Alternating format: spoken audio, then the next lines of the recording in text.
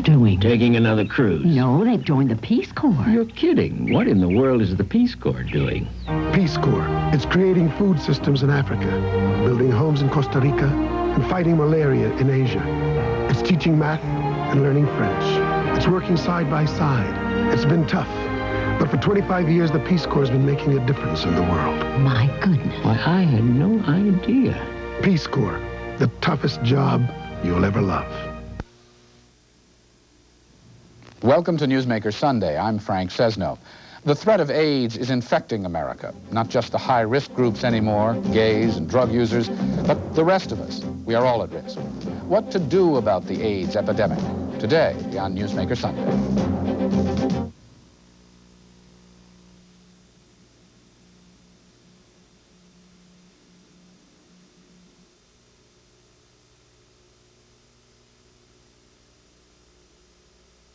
This is CNN, a service of Turner Broadcasting System.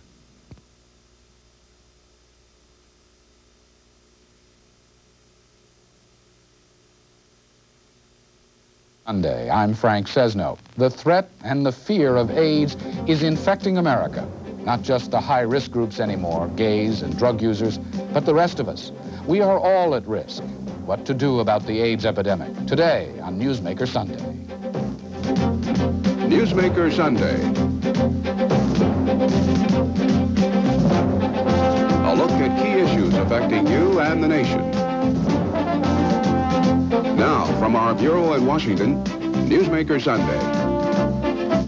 Last week, Congress held hearings into the AIDS problem and one possible method of prevention, the use of condoms, more specifically, national advertising for them. Network executives are skittish, though. They say condom advertising, even if done in an understated way, would prove offensive to viewers. Some local stations around the country say they will run the ads. Will they really make a difference, though? The Surgeon General seems to think so. The best protection against infection right now, barring abstinence, is the use of a condom. The disease is on the move, health officials say, and could cut a deadly swath through the general population, for there is no cure for AIDS. With the threat growing, so is public awareness and pressure to act beyond ads on TV. We're talking about death here. We're talking about death. Our guests on Newsmaker Sunday today, Congressman Bill Dannemayer, joining us from California. He's a Republican from that state. He's opposed to condom advertising, but favors strong legislation that would attempt to crack down on the spread of the disease and isolate its victims, blood testing, for example, before marriage. Congressman Ted Weiss, here with us in Washington, a Democrat from New York. He favors condom advertising, opposes Dannemeyer's approach, and wants Medicare coverage extended immediately upon qualification to AIDS victims. And from our studios in New York, Dr. Ronald, a specialist in medical ethics. He waves the yellow flag of caution in this debate, warning that we may compromise our civil liberties if we're not careful in the way we fight our war on AIDS. Congressman Dannemayer, I'd like to turn to you first, for you strike the harshest note and the most serious and perhaps panic-stricken note in this whole debate. You call for very draconian measures. How serious do you think the risk of AIDS is? Well, I'm amused by your categorization of the measures that I have suggested be adopted, because they're nothing more than what we have routinely used when the nation has faced epidemics before. Your categorization, I think, is a reflection of the assessment that the civil rights advocates have been able to put to the whole issue. It is time this nation stopped treating the issue as a civil rights issue and treat it as a public health issue that it is. Also, okay, well, Congressman Dannemayer, let me jump in here, but since we have made reference to some of the things you've suggested, let me just run down what some of them are. You want required blood tests for AIDS, or the presence of the virus before a couple may be married. That's correct. Let me run down a few more of them. Sure, you bet. You want school boards to educate children with AIDS outside of the classroom. You want to make it a crime for employees, federal employees, or members of the armed services who may have the disease to purposefully engage in activities that are characterized as high-risk activities. I'm not trying to say that these are draconian necessarily in a negative sense, but they are severe. Well, let's take the one about requiring that you have a test to show you're free of the virus to get a marriage license. We routinely do that now in most states of the Union. You must show that you're, by test, free of syphilis or gonorrhea to get a license to marry. What's the problem in terms of a public policy which says the same thing with respect to a non-curable disease, given the fact that both syphilis and gonorrhea are curable? Might I jump in on that one? Just a moment, Dr. Baer. Before I ask you to jump in, I would like to turn to Congressman Weiss. I would like to ask you, in terms of the numbers relating to this disease, and in terms of the kinds of things that we are hearing that may be required, or at least have been proposed, how serious do you assess the risk to the general public to be? We know what the numbers are. Some 30,000 Americans have been diagnosed as having AIDS. Right, and about a little more than half of those have died. By 1991, according to the Public Health Service, the number of people who have been diagnosed with it will be about 270,000, and about half of those, perhaps more, will have died. In 1991 alone, they'll say there'll be 70,000 new cases. Their projections are that more and more of the overall population, regardless of sexual orientation, regardless of gender, will in fact be affected. But it does remain primarily a high-risk disease. Some less than 4% of those infected with AIDS are from the so-called... Well, in this country that has been the case so far, although the rate into the heterosexual population is increasing, doubled, whereas the others in the last couple of years, whereas the others have just gone up by about 70% or so. Let's go to New York. Dr. Baer, I'd like to turn to you on this whole subject of the kinds of things that may or may not need to be done. What role should the government play in a health emergency, if we accept that that's what we have here, in terms of cracking down or restricting it? Well, let me say first that the numbers we've been hearing thus far in our discussion really underestimate the seriousness of the problem. The number of cases of AIDS at any given moment, and even the projections for 1991, are simply what the CDC refers to as the tip of the iceberg. For more than a couple of years now, public health officials have been warning that, in fact, between 1 and 2 million people are at this point infected with the virus that causes AIDS. And all of those individuals are presumed to be not only at risk for developing the disease, whether it be 20 or 50%, but that all of them are, in fact, infectious, that is, capable of transmitting the virus. And I think it is that fact, the 2 million or so individuals who carry the virus, who are capable of transmitting it, really poses the gravest challenge to our society and to our public health officials. Okay, well, getting away from the numbers there, let's come back to the question I asked, and that is that given those numbers, very briefly, for we must take a break in just a second here, but should the government be determining how we handle that, and if so, to what degree?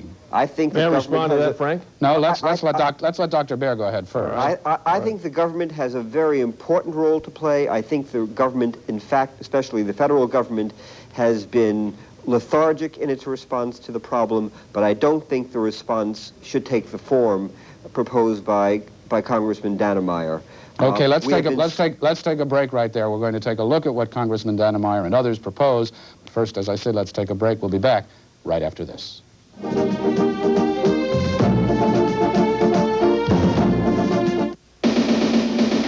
Just off Route 19 in St. Petersburg is a place where you can learn to ski the Alps and shoot the rapids all in the same building. At Bill Jackson Sporting Goods, you can practice everything from a stem Christie to an Eskimo roll. But if you go there, remember, bring your imagination and your Visa card. Because Bill Jackson doesn't promise you Sun Moritz, and he doesn't take American Express. Visa, it's everywhere you want to be. Konica Cup. Konica's Royal Copies, the answer to high-volume copying demands. Reliability and dependability that put an end to excuses. Konica Cup. More than an idea, a reality. If you're up against the old boy network, subscribe to the Wall Street Journal. You'll find that to achieve success, you don't have to be old. And you don't even have to be a boy. Call 800-334-6600 for this special introductory offer. 13 weeks for just $29.75 with a money-back guarantee. 13 weeks, $29.75. Phone 800-334-6600 now for the Wall Street Journal.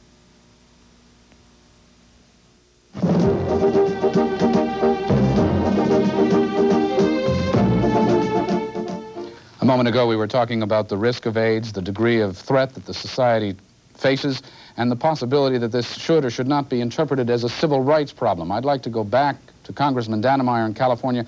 Congressman, you raised the issue of what the government should or should not be doing and whether or not it should be looking at this in terms of a civil rights problem. What were you about to say? Well, the fundamental building block, so to speak, of the whole function of the public health care system in America is the reportability of a disease. We routinely report communicable diseases for three reasons. One, to have statistical information on the magnitude of the problem. Secondly, to cure it if we can. Thirdly, to prevent its transmissibility to other people. And there are 58 reportable diseases in the state of California. Most states are the same. We have never said in our society that those with the virus are to be reported, namely treated just like any other communicable disease. That's a basic failing of public health authorities in America, and quite candidly, the reason that the public health authorities have not advocated that it be made reportable is because of the influence of the male homosexual community that insists on treating this issue as a civil rights issue, not as a public health issue that it is. But Congressman, do you feel that it would not be in the least bit intrusive were every person to have this kind of testing before being married, before entering a job? You know, we went through this discussion. It's somewhat reminiscent of the kind of discussion about urine testing, urinalysis, on drug testing. Frank, you're not asking the right question. The question that needs to be asked, do we do what you've just described routinely for other communicable diseases in America? The answer is yes, particularly with venereal diseases such as syphilis or gonorrhea. The question you should be asking is this one. Why do we treat those with the virus for AIDS, a non-curable communicable venereal disease, different than we treat a curable communicable venereal disease such as syphilis or gonorrhea? All right, well, let me take that question, Dr. Baer, just a moment. Let me take that question first and pitch it to Congressman Weiss, because you do approach this as a lawmaker from a civil rights point of view. Why are we treating this disease differently? The Institute of Medicine of the National Academy of Sciences issued a report in October of 1986 demonstrating, I think by their recommendations, that civil rights or civil liberties and good public health concerns really coincide. They stressed that there ought to be, over the course of the next 5 years, something like $1 billion each spent on public education and public health care information, and $1 billion on biological research, research on medicines to treat and vaccines to prevent.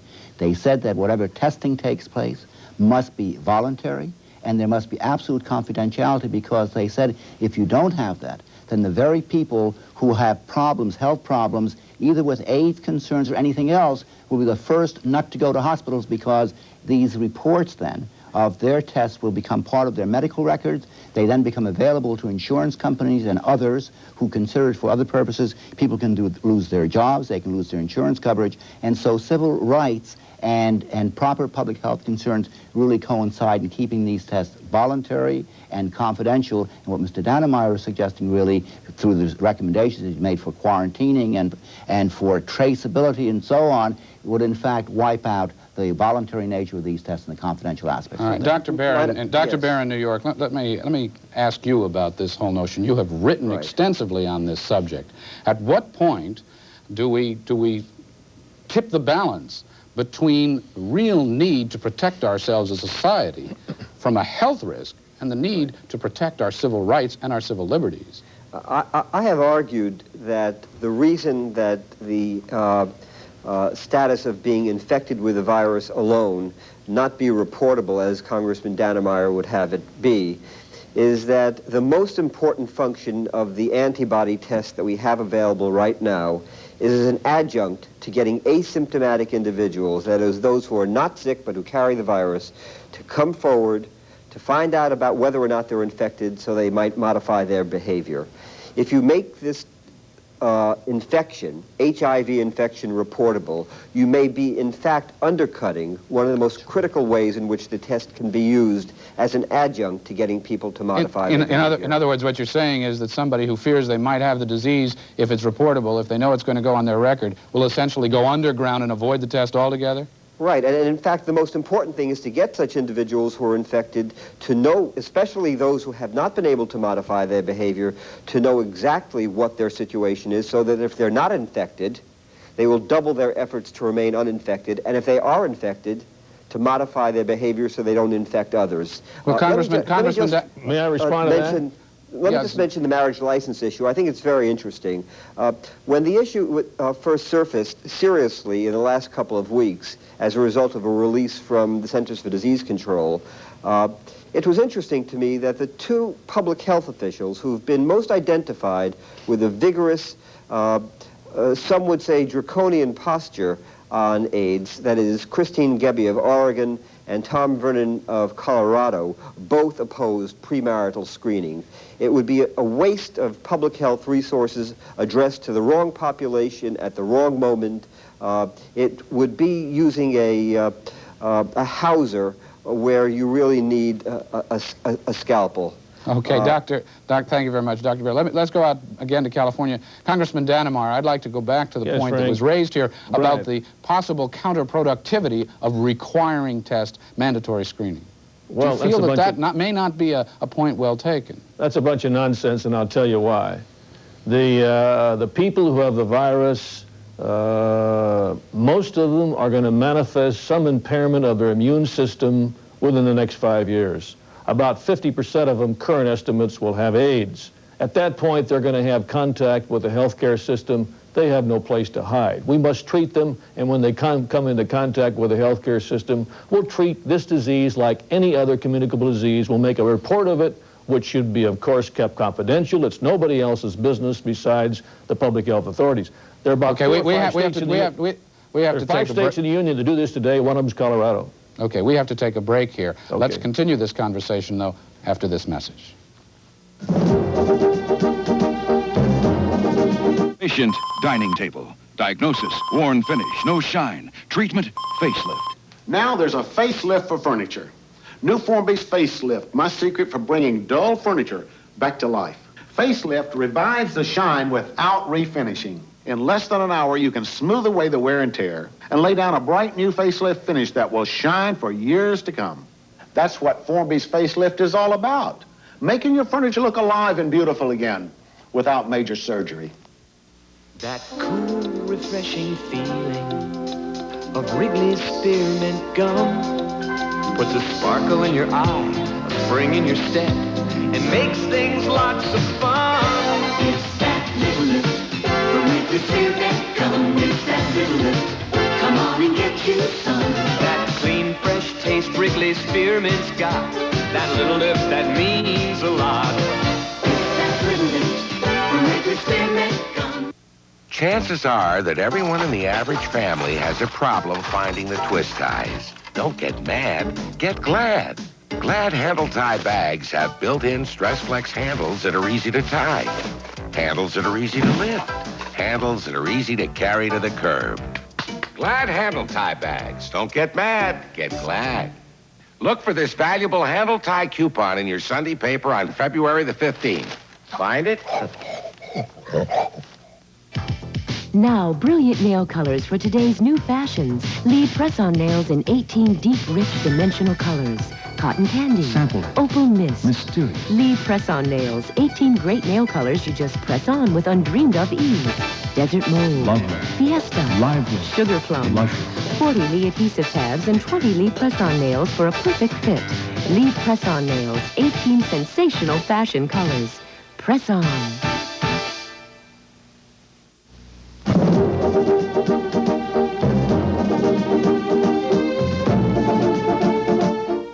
Welcome once again to Newsmaker Sunday. Our guests today, Congressman Bill Dannemayer, Republican from California. He's with us in our California studios. Congressman Ted Weiss, Democrat from New York, here in Washington with us, and Dr. Ronald Baer. He joins us from New York. Dr. Baer, let's come back to you, a point that was raised just before the break by Congressman Dannemayer, and that is that we should treat AIDS as we would treat any other communicable disease in this country. Are we somehow treating AIDS differently right now than any other communicable disease? And if so, is it because there is an interest group, if you will, that is arguing that it be treated differently? I think we can't deny that much of the response to AIDS thus far has been colored by the fact that those who bore the brunt of the infection in the United States early on were gay and bisexual men as well as IV drug users. It does, in fact, make this a different disease, different from other communicable diseases, and for ways in which I think are very different from the way Congressman Dannemayer would characterize it. Let me stop you there, Dr. Baer, for just a moment. The result of a disease, if it is death, is the same in any case, and it is extreme. Why should we then treat a disease differently? I understand that, but the most important thing that we know about this disease is that the only way to stop its spread is by enlisting the cooperation of those who carry the virus. And one of the problems that faces the public health response to this disease is that in more than half of the states of this country, homosexuality remains a crime. Congressman Dannemayer, I believe, supports sodomy statutes. I would argue that from the point of view of public health, if for no other reason, the elimination of sodomy statutes is required if we're to gain the confidence of those who bear the highest level of infection in our society. Now, Doctor, just a minute, Congressman Weiss. I think the other thing that has to be said is that Mr. Dannemeyer's positions really are contradicted by every legitimate and respectable scientific body of opinion in this country, including the National Academy of Sciences, including the guidelines of the Centers for Disease Control, and to make a moralistic and ideological approach to this thing, I think is what would really be treating this disease differently than the way we treat other diseases. Well, Congressman Dannemayer, it would seem to me that the ball is firmly in your court at this moment. Well, the idea that repealing sodomy laws is going to advance the cause of dealing with this issue is just a distortion, it's sophistry. Just the opposite is the case back in 1975, for instance, here in California, under the leadership of Willie Brown, Speaker of the Assembly. The legislature repealed the law proscribing sodomy. What happened? We developed the bathhouse culture in our state, whereby around the state we had roughly 100 bathhouses licensed by counties where a person could come in and engage in promiscuous sex. Our society sent a signal to people in our culture, it's all right, go ahead, there are no restraints. And what we are reaping today in terms of the result of this epidemic, that's a worldwide epidemic, is just exactly what we've sown. When we have removed the standards whereby we, in our culture, have a standard for governing conduct with one person with another, we're going to get in trouble. Congressman Dannemayer, do you believe that AIDS is a gay disease? The genus is promiscuity and perverse sex. Any person in this country who engages in promiscuous or perverse sexual activities is at high risk for AIDS. The disturbing thing we should understand is that today the growth curve for infection of the virus and AIDS in the heterosexual community in America is about where it was 4 years ago in the homosexual community. We must understand that if we engage in promiscuous sex or perverse sex, we are all at increased risk for AIDS. But as I understand it, and Dr. Baer, let me turn to you, as this disease spreads, it is not merely contained in those groups. Is that not correct? Absolutely. I mean, the point is that the nightmare that inspires the response of public health authorities today is either that we will replicate San Francisco and New York across the country, or that the epidemiology of the disease in the United States at some point will begin to look like the epidemiology of the disease in parts of Africa, where it is truly a heterosexual disease. Congressman Weiss, there are some of the things that you are calling for. One of the things you are calling for is a revolving fund to be made available for a federal fund, federal money to be made available for municipalities that have a particularly acute problem. Well, right now, localities and community health facilities and hospitals across the country are those that are bearing the brunt of caring for people with AIDS, and those facilities, those hospitals at the local levels are just being overwhelmed. The federal government really has to begin to play a supportive role in providing assistance to those community facilities. Congressman Dannemayer, how do you feel about a proposal along those lines to make, if this is an extreme emergency case, some funds available for some communities that are bearing the brunt of this? Frank, we're already spending, up until this time, we've spent almost $500 million trying to find a cure for AIDS. I hope we do. It's a terrible, tragic disease. The federal government is going to be involved deeply in providing the money for the health care impact of this disease. We're talking about 1 million people in the next 5 years that are going to develop AIDS and have need of hospitalization, this nation will lose to this disease in the next 5 years more of our young men than we lost in World War II to the category killed in action. Short answer is you're opposed to it. To assist, federal assistance? No, I'm not. You're not opposed to it? No, I think it's appropriate for the federal government to provide research money to find a cure if we can. I think it's appropriate right now the federal government provides half of the money that goes to Medi-Cal recipients in my state, providing for the medically indigent. We should continue that. The federal government is going to have to assist the states and the localities of America in responding to this health care crisis because it truly is of that magnitude. Congressman Dannemayer, Congressman Weiss, we have just a moment left. I'd like to ask you very quickly, are we going to see from the 100th Congress action on AIDS, legislation? Well, Congress has been really at the forefront of providing additional monies, and we're going to continue doing that. Okay. In the face of administration opposition. We are out of time. Gentlemen, I'd like to thank you very much. We'll be hearing more from all of you, I'm sure, more on this very disturbing debate on AIDS in the future. I'm Frank Sesno. Thank you for joining us on Newsmaker Sunday. If you would like to comment on this weekend's program, write to Newsmaker Sunday, Cable News Network, 111 Massachusetts Avenue Northwest, Washington, D.C., 20001.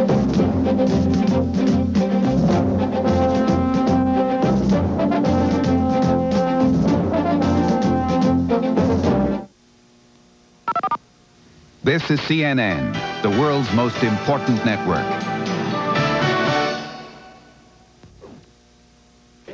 Thank you for your order, and be sure to look for your free gift.